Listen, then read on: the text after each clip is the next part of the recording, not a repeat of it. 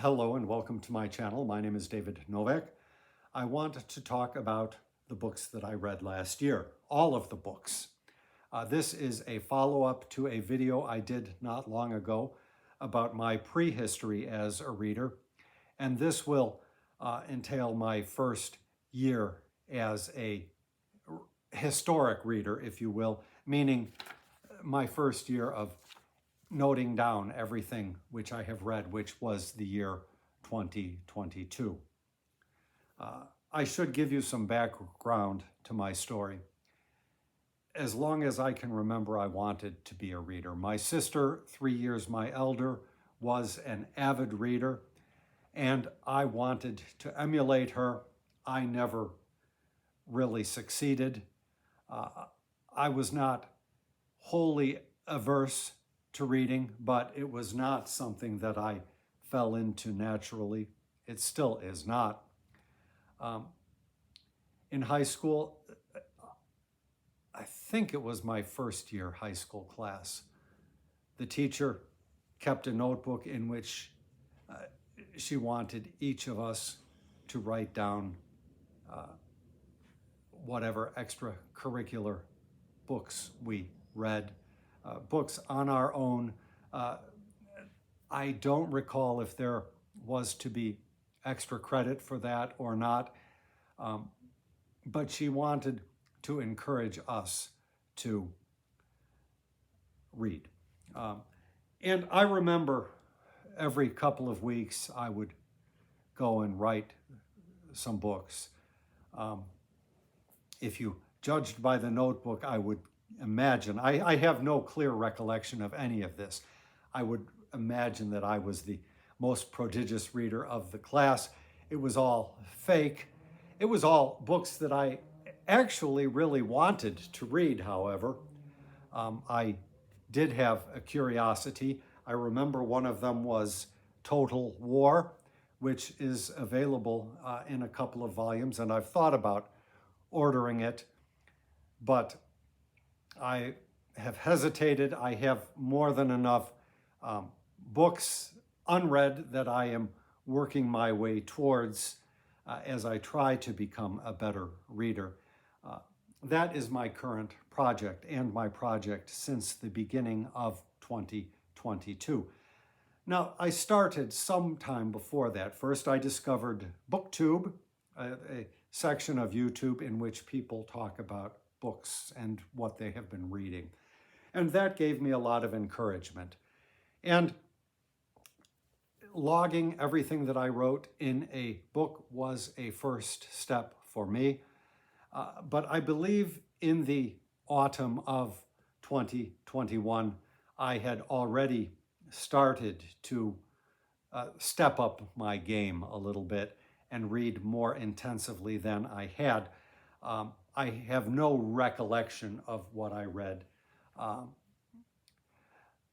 Throughout most of my life, I have read either just for pleasure, which is probably the most rare, most when I was youngest, around the age of, well, in my early teens, let's say, I became a writer of poetry, and that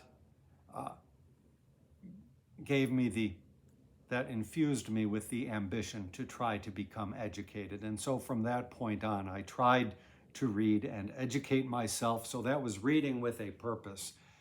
The first two books I bought were Henry David Thoreau's Walden, which included Civil Disobedience, and Hemingway's Nick Adams stories, and that was followed pretty closely by the Movable Feast edition, which was available at that time, might have been a Signet mass market paperback or something of that sort.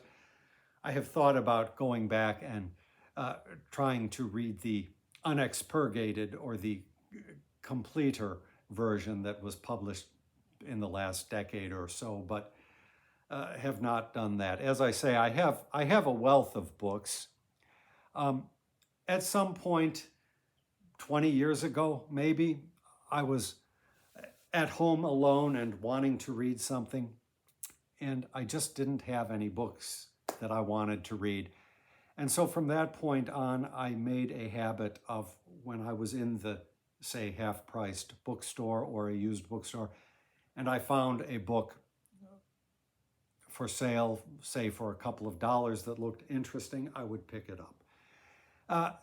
I would pick up just about any Penguin that I found for a dollar or two, and other books. There were other publishers that I treated as with as much sacredness as Penguin, even more so perhaps, such as Harper Torch books. But those were much rarer to find. You would find Penguins a lot. So I have books, and I'm trying not to buy books upon books that I don't need.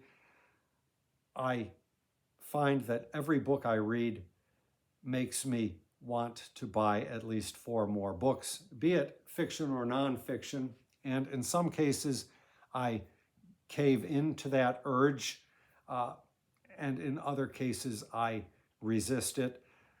I don't want to put myself into a position as yet where I enlist in a read what you own type of challenge, such as is going around BookTube right now. I want to be allowed to buy books, especially when you can tend to find them very reasonably, say $5 with shipping included. So I don't want to restrict myself. I don't want to inhibit my curiosity. I believe there is a value to having a book on your shelf, even if you have not read it yet. I actually like having books that I have not read. I'm trying to come to terms, now that I have begun to read, with what to do, how to deal with the books that I have already read, particularly those which I know that I will not revisit, or I know I am likely not to revisit, or in the odd event that I do want to revisit, I know that I can find relatively easily. I have ceased being a writer of poetry. That was my predominant focus for the majority of my adult life. And so the books that one might have in a library for reference purposes, say writing an essay about some topic, I don't really feel that I need those, yet I hesitate to give them up. And I have a wealth of books on topics that I had intended to delve into in a historic play or other, and needed to research. My reading skills were never good enough to do all of the reading I needed to make any of these projects successful, except for one. So I have a wealth of materials on certain arcane subjects, or not so arcane, that I also hesitate to get rid of. And my goal ultimately is to become a better reader. I believe if my focus were better, I could easily, just as turning on a light switch, I could easily double the amount that I am currently reading. Right now, I try to enforce 1 hour a day reading. I could easily just double that to 2 hours a day, and right there I would be twice as far along.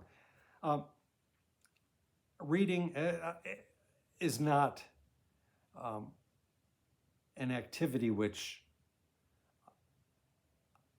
I cannot do without. Let's put it that way. I could easily envision my life skating along without reading at this point, and it may well be a choice that I make. It is not a choice that I want to make without having explored the possibilities in the world of reading and actually accomplishing some of the books that at one time or another I thought I wanted to read. I say accomplishing, that's an awkward word, but I think when you go into a store and you buy a book on a whim for whatever purpose, there is an unwritten compact that you make with yourself, which is that I'm going to try to do this or think about this. And so I want to go a little bit further along in that. Now, as I say, in the fall of 2021, I had started to read more intently. I brought some books out just to show you. Most of what I read last year is unavailable to me. It's either housed where I can't get to it, or it's been gotten rid of.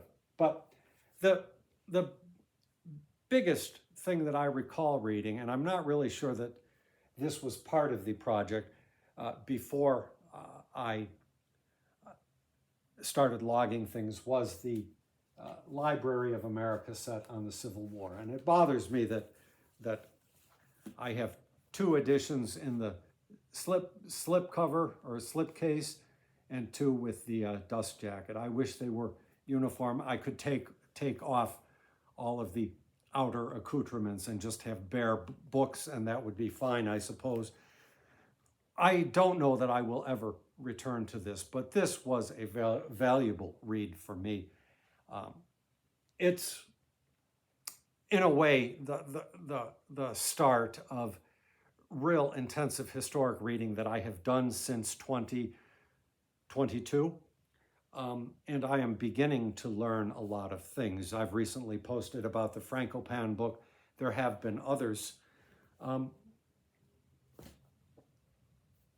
And so where most of my knowledge of the world has largely been based upon hearsay or based upon very few trusted sources, now I'm starting to fill out the picture a little bit better.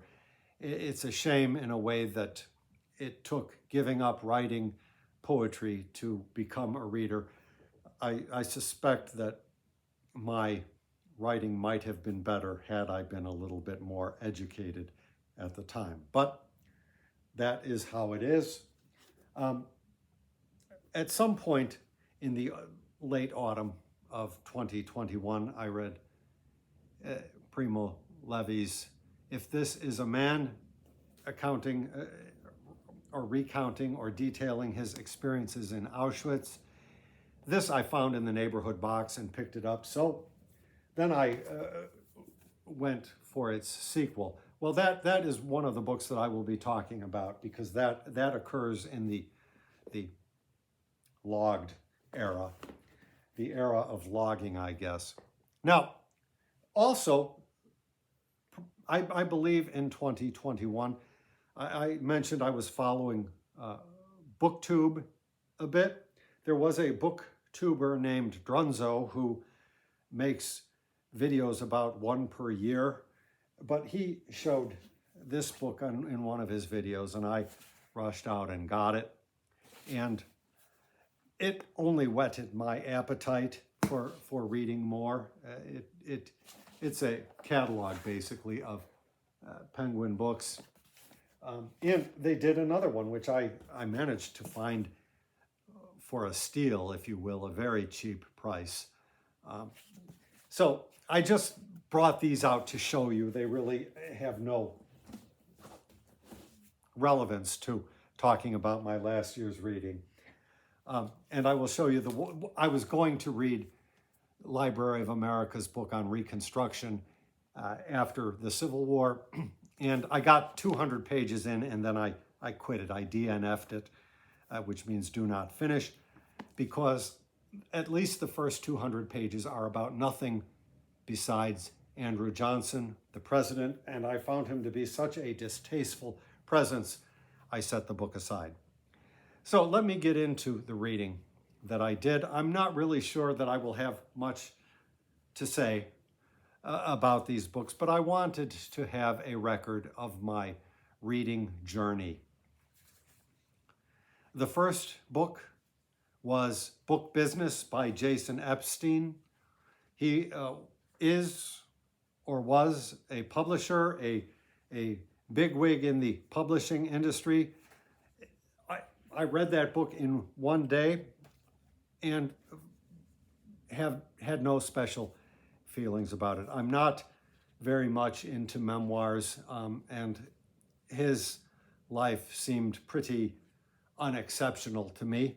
I think I am inclined to read a memoir if I already have an interest in the subject. So, say if Wilfred Owen had happened to write a memoir, I would be down for that. And similarly for me with biographies, if it's a writer or a figure that I already have some special interest in, then I'm good with biography or memoir.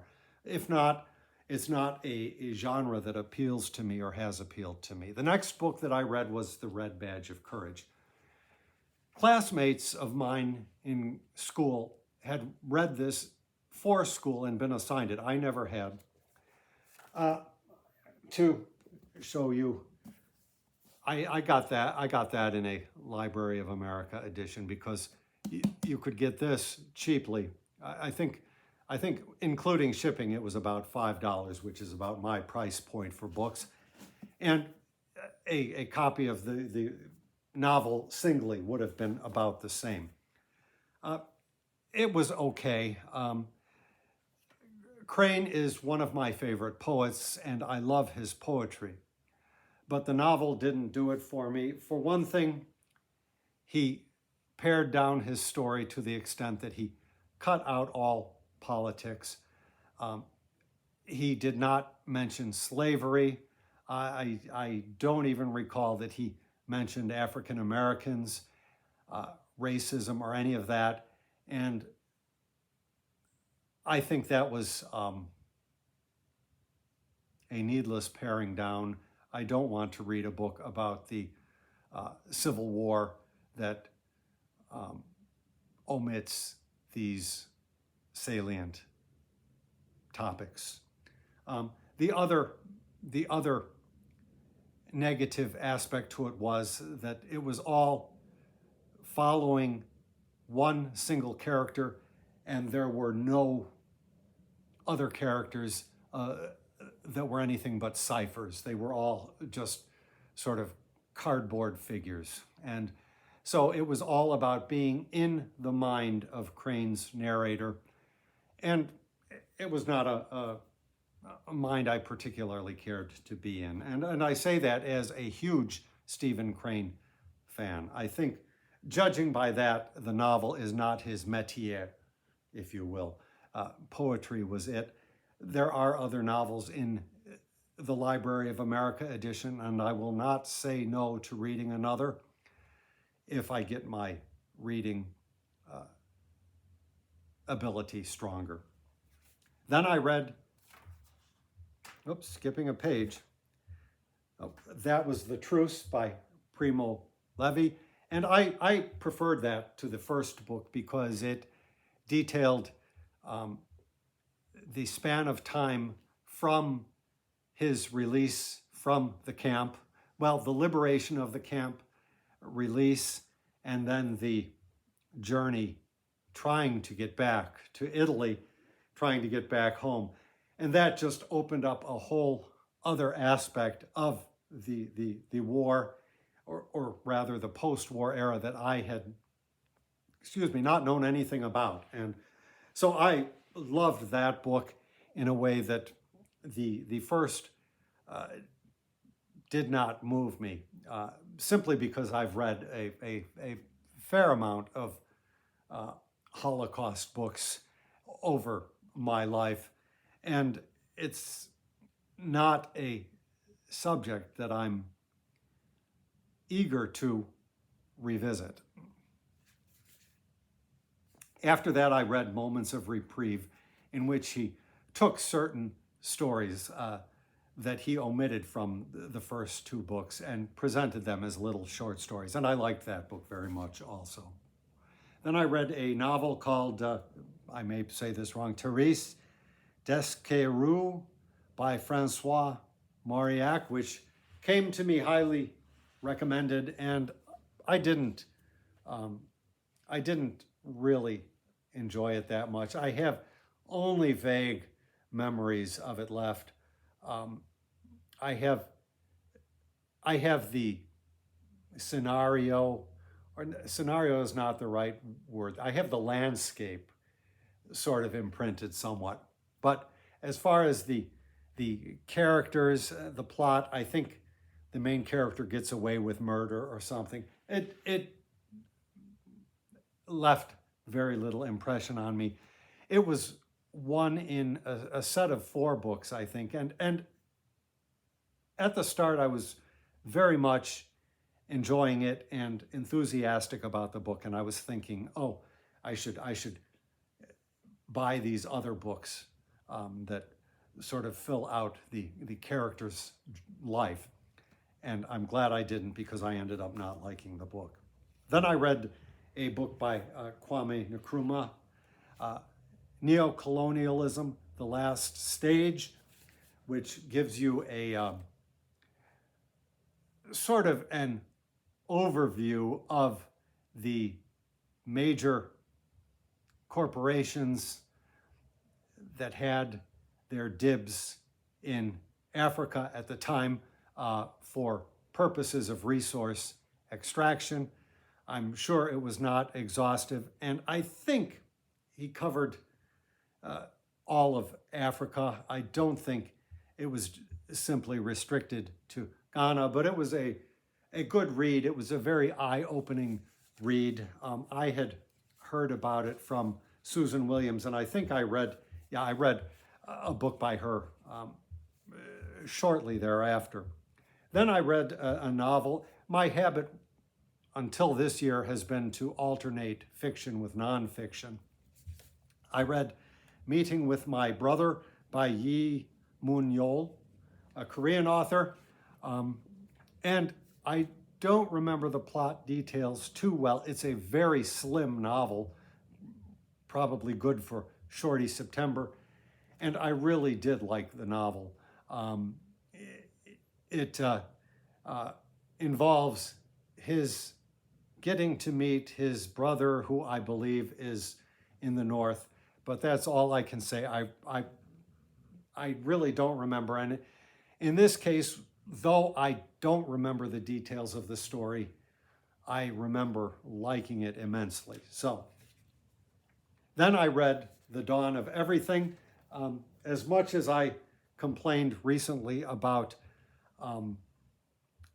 The Silk Roads by Peter Frankopan, I probably had more complaints about The Dawn of Everything by David Graeber and David Wengrow. I have a lot of people who are friends on Facebook who were very enthused about the book, and so that there was a huge buzz at the time, and that prompted me to get the book, a brand new hardbound copy, which is something I very seldom do, and I was sorely disappointed. I believe that there were some good ideas in there, but the presentation was a mess. I don't believe that Frankopan was so crystal clear either, but I came away with more solid information that I can count on from the Frankopan book. The Dawn of Everything, I believe I got rid of it in a book unhaul video recently. Then at some point, not at some point, I know exactly when, on the 16th of January, I finished reading the selected papers of Thaddeus Stevens. It had been my practice to read 20 minutes per day of a book by a political figure, and I have stopped doing that because I'm finding that dividing my attentions like that does not work for me so well. But I may pick that habit up again, just as a means of getting through a book that is not necessarily always the most scintillating. I should interject, though, that as I become a stronger reader, and I believe I am becoming a stronger reader, I have noted that one aspect to that, to my surprise, has been the ability to read material that is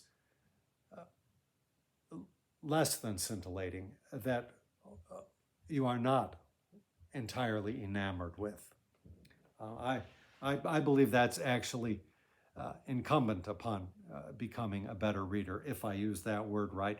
When I speak extemporaneously, I never know what word is going to pop out of my mouth. I have very little control over these things. So I finished that, and then a couple of days later, I started the Selected Letters of Charles Sumner. Then on February the 3rd, I started The Count of Monte Cristo, and I burned through those pages. You would not believe a book could be read so swiftly. I say you hypothetically, but in actual truth, most likely somebody watching this may well be a booktuber or a reader, and for practiced readers, it would not be a surprise. I hope to build my reading ability to the level that I see so many of the booktubers who I follow regularly achieving regularly. But I'm not there yet. So take my words with a grain of salt. As a consequence to that, I wound up hurting my eyes, but I won't go into that. Protecting one's eyes, even though the ophthalmologist said to me, you cannot hurt your eyes by reading. Nevertheless, avoiding eye strain is a prerogative. So after that, I read White Malice by Susan Williams, and she starts with Kwame Nkrumah and Ghana, and I believe she also takes a Pan-African scope, and the book really delves into all of the writing that was funded by the CIA. There's more to it than that, but that was the part of interest to me. It's still a story. The story broke 10 or 20 years ago, I remember, about certain major literary publications that, while not exactly fronts for the CIA, were wholly supported by the CIA. It's not a story that really anybody wants to repeat. There are so many facts which occur in history that there is a heavy consensus that wants them to disappear into the memory hole. And I suspect that's one of them. But she goes into a lot of details. That writer that I just read, now I can't remember. It was an African writer, and I wondered if his places of publication were not within the ambit of CIA funding. Akwenzi, I think it was, Cyprian Akwenzi possibly. My memory does not tend to retain things. Then I read The Iron Heel by Jack London, and it was something I did on a audiobook. I had a copy. I'm not sure if I got rid of it. I may have. London was a favorite author of mine when I was a lad, and there were a lot of great moments in it, and there were moments that fell flat for me. Then I did Great Expectations by Dickens, and I really enjoyed that book. It was not an easy read. Also by LibriVox. Followed by Journal of the Plague Year by Defoe, LibriVox, and I enjoyed that very much. It was a wonderful book. Followed by Oliver Twist. I've talked about that, I think, in my Victober tag video not so long ago. And then I followed that with The Storm by Defoe. And at that point, I was weaning myself from the audiobooks. And so doing a mixture of reading a Penguin classic and reading something from Project Gutenberg, I think. And after that was my attempt to stretch myself. And I started The Plum in the Golden Vase, Volume 1. This had been sitting on my shelf for many years. This is Volume 1 out of 5 volumes. It's not as bad as it would appear. There's a whole lot of notes, and there's a lot of songs and poems in the text. So there's a fair amount of white space. And it's a marvelous story. And once I realized that I was going to stick to it, I rushed out and picked up the other remaining volumes. So then I read the second volume, and I sort of fell away from it for a bit, and so I just needed to do something else, and I did a reread of The Affluent Society by John Kenneth Galbraith, which is a book I read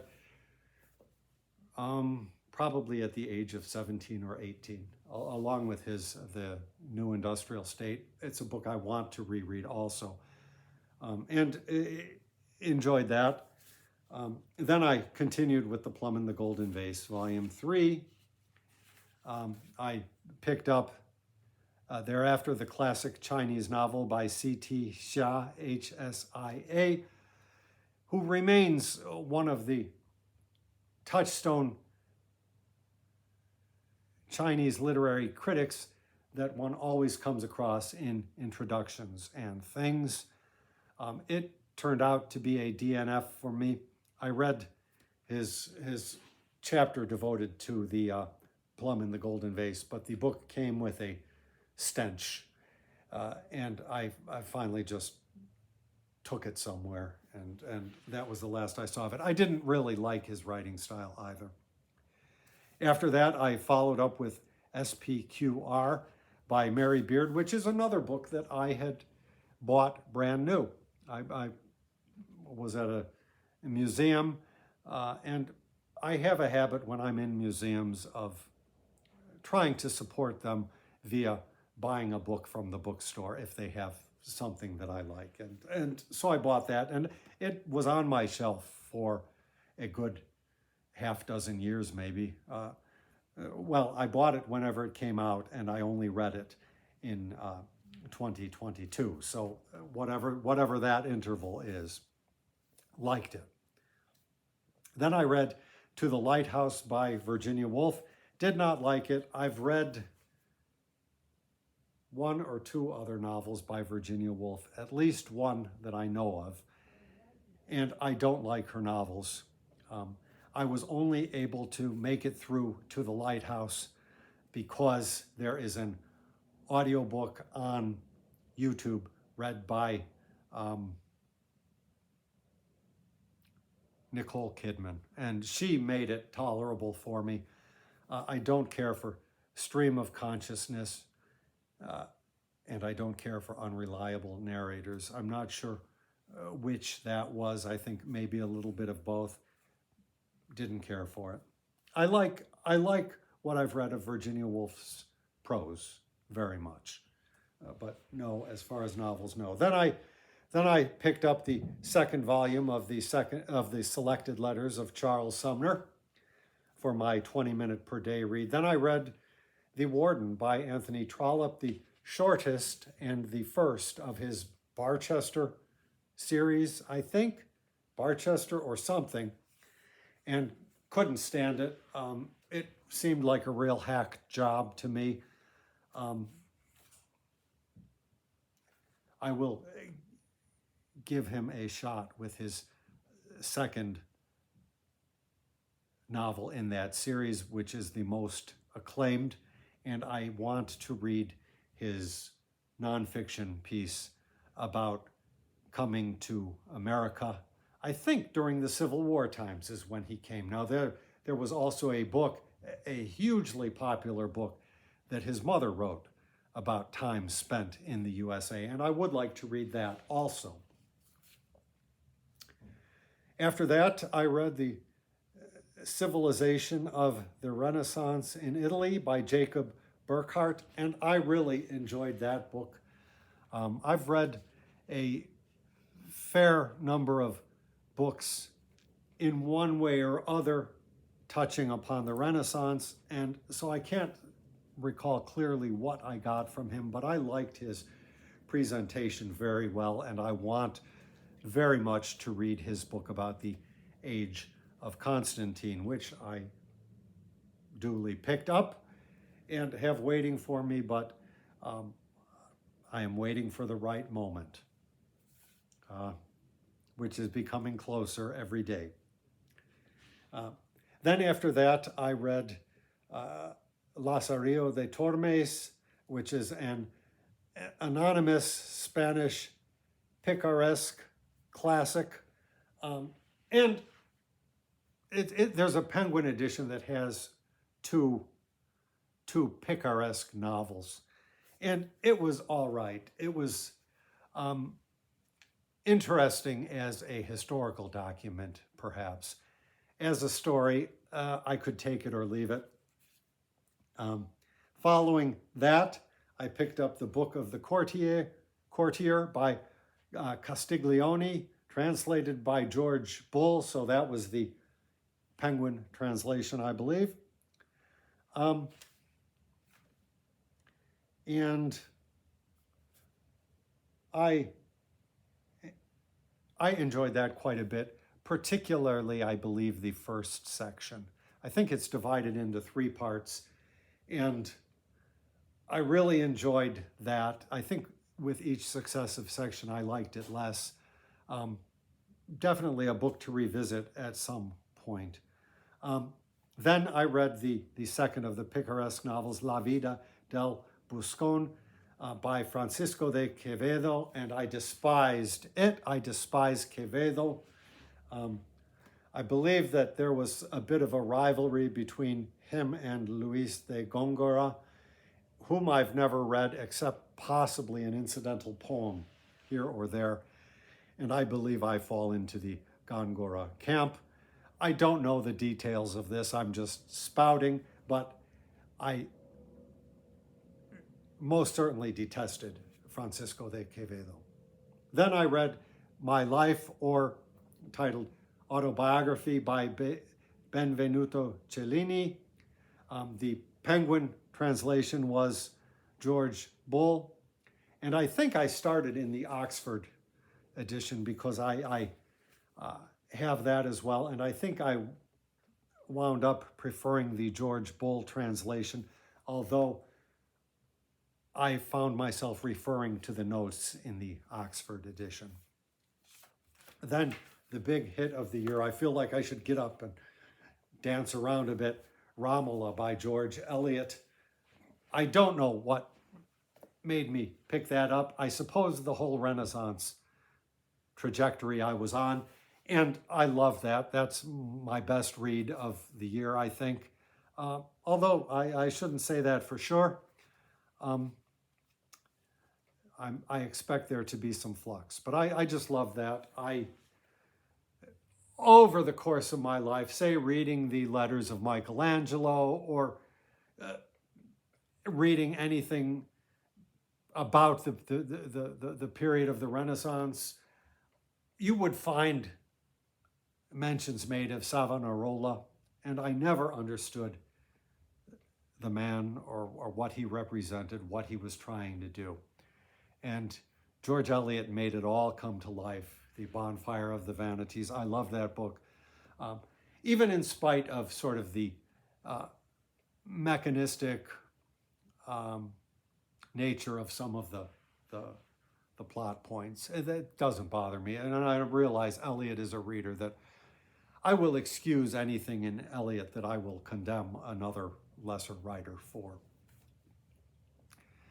Then I started the Diaries, Volume 1 of John Quincy Adams, a Library of America edition, and I loved that. I mean, it's the type of thing that I want to do as I try to become a stronger reader.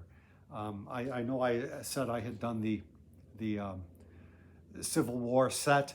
Um, the diaries of Adams are in some ways a harder read, but I found that you come to fall in love with the man a bit. Maybe any person that you spent that amount of time and that long period of time with, that would happen if he was a entirely decent human being, as John Quincy Adams was. And I have come to realize that the Adams family were really a cut above of anything else. I believe John Quincy Adams may realistically be considered an honorary founding father. So my next book in the sequence after Romola, because the diaries I did the 20 minutes a day, was The Prince by Machiavelli, also translated by George Bull. I'm very loyal to translators. And I read that one when I was very young. And I think I got more out of it as an adult, but I realized there are aspects to it even now that I just can't retain. The one striking point that I thought was most interesting was that he advises the prince to encourage his followers to arm themselves profusely, be lovers of guns in a very Republican sense, because if other means fail, you can always just kill your opponents in the political arena.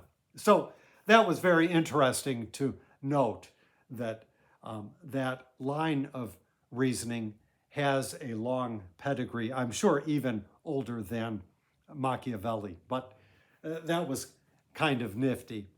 After that, it was Unknown Soldiers by Vaino Linna, which was a war novel. And I really liked that novel. It was everything that Stephen Crane was not. It provided a colorful cast of characters. And it was fairly typical as far as war novels go. I think it reminded me of All Quiet on the Western Front, or All's Quiet on the Western Front by Remarque, if that's how you say his name, which I read some years ago. I think I liked Unknown Soldiers better than that, but I wound up reading more war-adjacent material or actually battlefield material than is my wont. I just read as sort of a mood reader, as the book term has it. And I'm becoming more aware of things like that. I don't particularly like war novels as a genre. Then I read When Time Stopped, a memoir by Ariana Newman about her father, who was a Jew who hid in Berlin during the height of World War II. And it was interesting, but it was a memoir, and it was as much about her discovering her father's hidden past. And it was very interesting, but as I say, it was a memoir, so it has that against it. Then I read This Way for the Gas, Ladies and Gentlemen, by Tadeusz Borowski. He was a Polish worker in the camps, Auschwitz, I believe, and he provides a layman's perspective on what was happening in the camps. The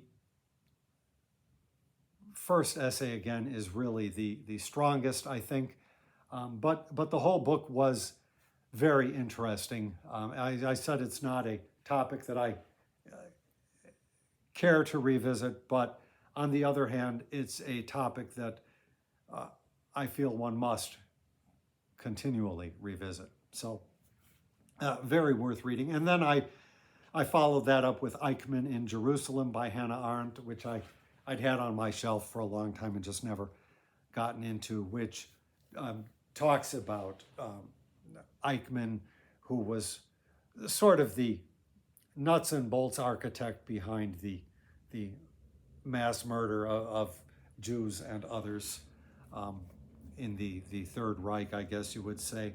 And I remember it being very interesting. And after that, I followed it with some YouTube videos about the trial of Eichmann. I believe there's some footage of that, and that was interesting.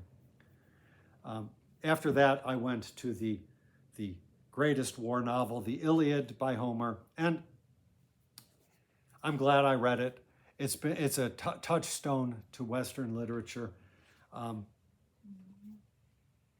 It's an incredibly moving story, and there are moments in,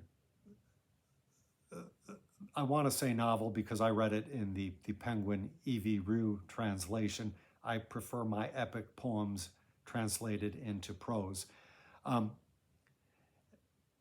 It has moments that are indelible. Once you read them, you won't forget them.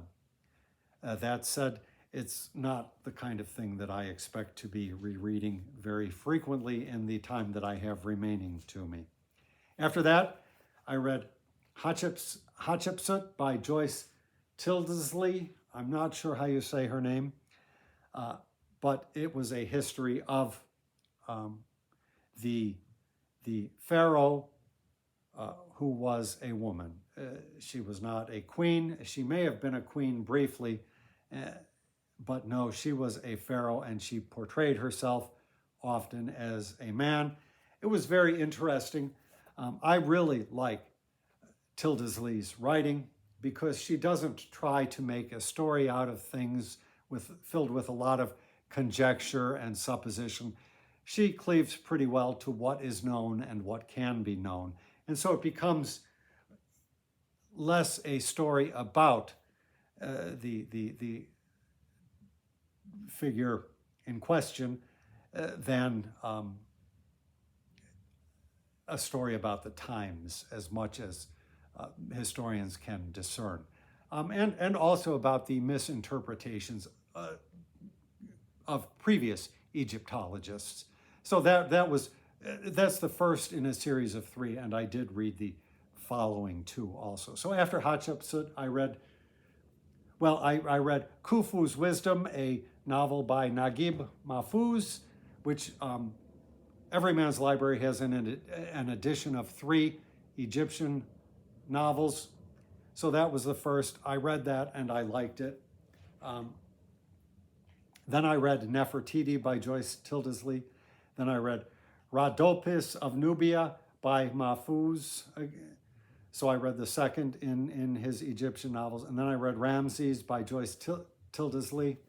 I liked all of the Tildesley, and I've found my interest declining with the Mahfouz novels, but they were all pretty darn memorable. And he retains as yet the distinction of being the novelist of whom I've read more novels than any other, because I've read his Cairo trilogy, which is 3 novels, so I've read 5 by him. Then I read another war piece, The Centurions by Jean Larteguet, translated by X.A.N. Fielding, and I despise that book. I would say that was the absolute worst book of my year. Then I read Egypt, Greece, and Rome by Charles Freeman. First edition I have here. If I reread it again and it's worthy a reread, I will go to the 3rd edition, because I believe he has expanded his ancient Egypt and his Near East sections, which are areas that I want more critical involvement with. It really was a marvelous introduction, which I first heard about on the channel of Michael K. Vaughan. Really an excellent recommendation, an excellent place to start for an overview of that kind of history. Then I undertook the Arabian Nights. I read volume 1 in the Penguin edition. I'm glad that I've read the whole thing, but it's a hard book to get through. I won't go into too much about that. I need to breeze through this because I'm already almost to an hour. On History by Tariq Ali and Oliver Stone is just conversations they had. I'm finding that that sort of book leaves no impression on me either. Then I began The History of the Decline and Fall of the Roman Empire, volume 1 in Penguin's set, but I read it mostly as an ebook. Then I started the second volume of John Quincy Adams' diaries, then volume 2 in the Penguin Arabian Nights. Then I read Homer, The Poetry of the Past by Andrew Ford. If I really like a piece of literature that I read, I like to read criticism about it. And it was a decent book of criticism. The only book I could find that was solely dedicated to Homer.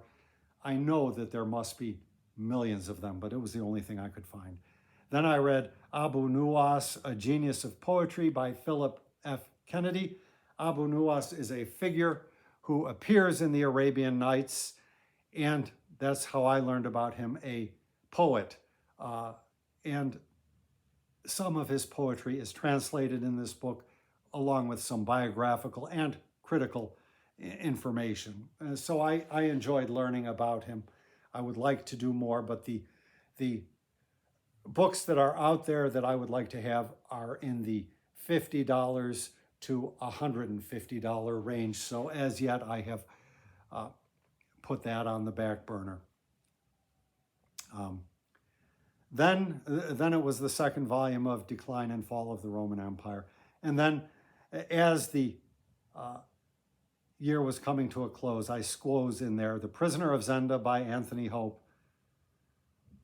The 39 Steps by John Buchan, which I didn't care for that much, and The Prince and the Pauper by Mark Twain, which I loved. I considered it a masterpiece. So that was all of my reading for my first year of recorded reading. I haven't done a count. A count would not serve me very well because I left standing at least a full volume of the Arabian Nights, and I believe a volume and a half of Gibbon, Decline and Fall, for the next year, meaning the beginning of this year. So that was my first full-fledged year as a reader, and I won't say any more about it because I'm already at 53 minutes. But I wanted to put down what I had read, and I just noticed, I am reading this right now, E.D. Morel, and I am becoming a stronger reader, I believe, because I read one or two of his books. I know I read The Black Man's Burden by him, and I may have read Red Rubber by him, but I'm not sure. This was as research for a project. And I found it hard going. Now I find his writing easy as pie, particularly coming off of the Frankopan. Bad writing is harder to read. And reading like this, occasionally you have to go through a paragraph twice to really understand what he's driving at. But his writing is so clear that you get it, and then you have it, and you go on. So that is miraculously, just today, the first slightest indication I've had that I am becoming a better reader. I hope at some point to become a faster reader also. That is not my focus at this point. I believe that I need 5 years of solid reading time before I can even consider trying to build my speed. But that said, I can still build my increments, and I can build my focus, I think, and that's what I am working on. So if you've stuck through to the end here, thank you for listening. I come to reading as a person who was not a diehard reader. In my prehistory video, you will learn a little bit more about that, and I invite you to tune into that. I will link it in the description box. Thank you very much for stopping by my channel.